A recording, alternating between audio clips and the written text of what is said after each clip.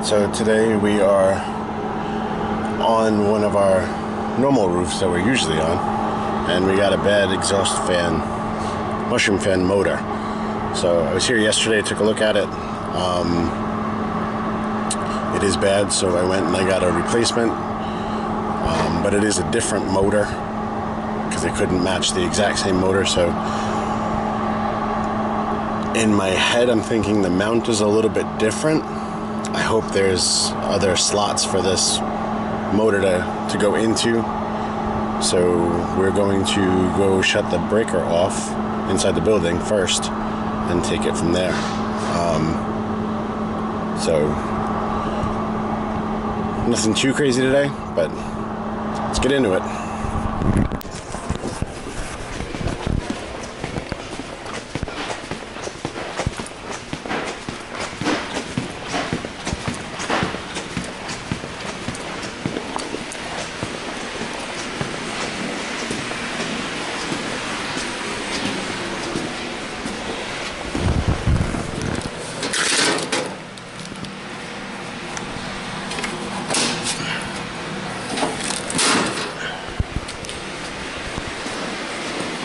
Fan is for, goes up in the grill up there, but it's for these big mixing vats rooms. Quick show you guys something else we did not too long ago. I didn't get any film on it, but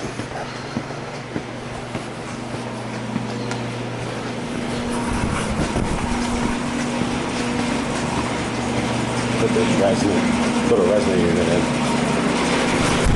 Liking those things. Alright, let's jump up on the roof. So we're up on the roof. There's my ladder going down to my truck. We have to bring up the other little ladder to get up on this area. So you guys have seen this roof before. We've worked on that unit. We changed that condenser coil. We changed that condenser coil. We changed that Lennox rooftop unit.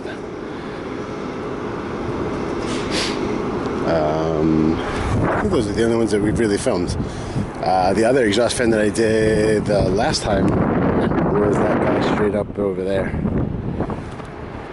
So yeah, so now we got this big guy. So this was the electric. It's not in there anymore.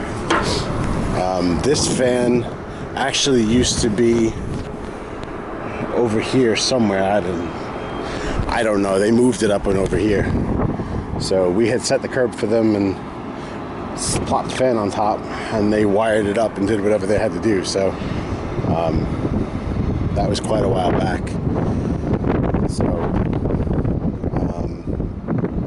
So yeah. So right now I got the screws out of here. I do need a screwdriver though. Let me get a screwdriver.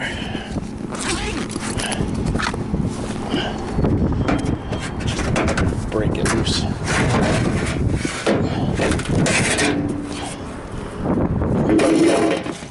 Nice little patch of water and some ice. I hate this white. I hate rubber roofs to begin with. And then they paint it with this white shit, and it gets so slippery. It's ridiculous.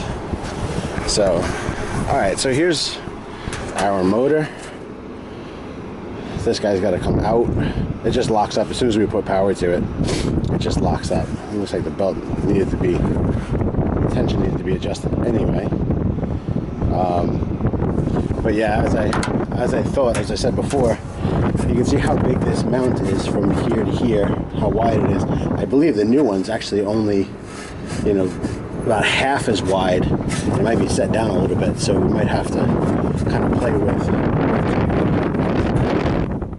I hope it all works out. But we're taking this one apart and then putting the other one back in, and I'll show you guys the wiring up with that thing. Alright, so we've made a little bit of progress here. We've got the old motor out. It's sitting over there.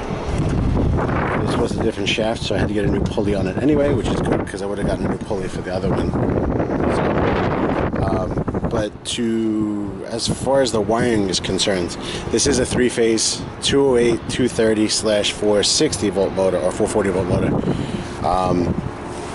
So we do have our 3-phase leads here and our ground. In the junction box here, we've got a whole bunch of wires. So depending on how we wire this, right now this is wired up for what I need, so it's set up for actually the lower of the voltage, so 208 230.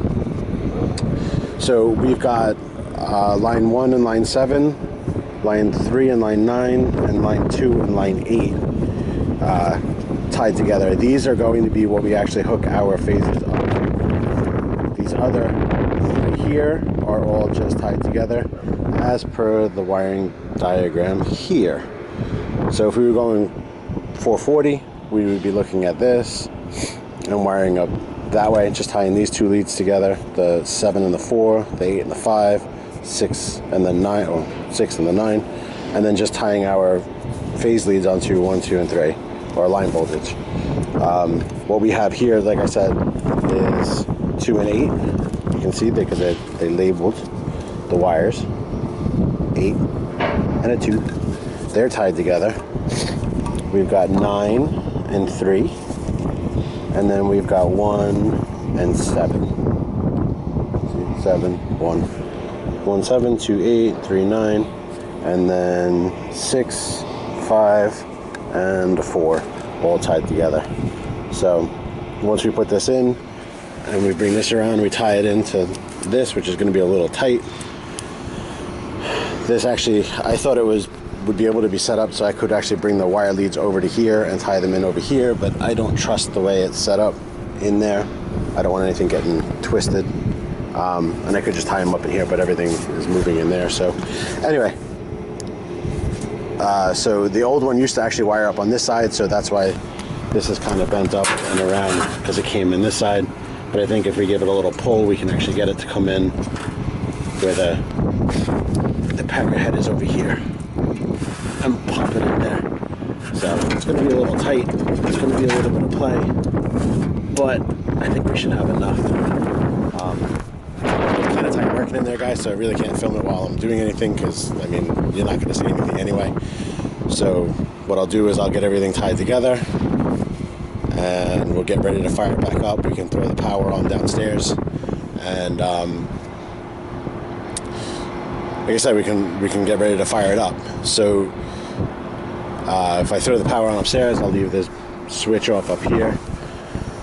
This way I can come up and I can hit the button and make sure that the rotation is right. And like most of you guys know, but for anybody who doesn't know, doesn't work on 3-phase stuff, reverse the rotation of 3-phase, you just switch any of the 2 line voltage leads and it'll change the rotation. So we can double check our rotation before we go. We should be good to go. So let me get this motor back in and mounted, and I'll show you that, and I'll show you the way it's all wired up. Like I said, I can't do it while I'm working, but we'll get to it. Alright guys, so motor's in. Everything is tight. I had to actually pull this up ever so slightly, just so they were in the same plane, this and the motor pulley. The motor pulley, it has a tiny itty bitty little gap under there. I didn't want to rest it right on the bearing face because I don't want it to run through, so I brought it up ever so slightly. So I did have to bring this one up. Like I said, this mount is a little bit different, and the spacing from here to the top of the motor is just a little bit different than that motor over there. So I think we are good to go. I know their maintenance guy is going to come up here and he's going to grease everything. My grease gun is broken, so I don't know why it's not shooting grease out anymore. So right now, switch is off.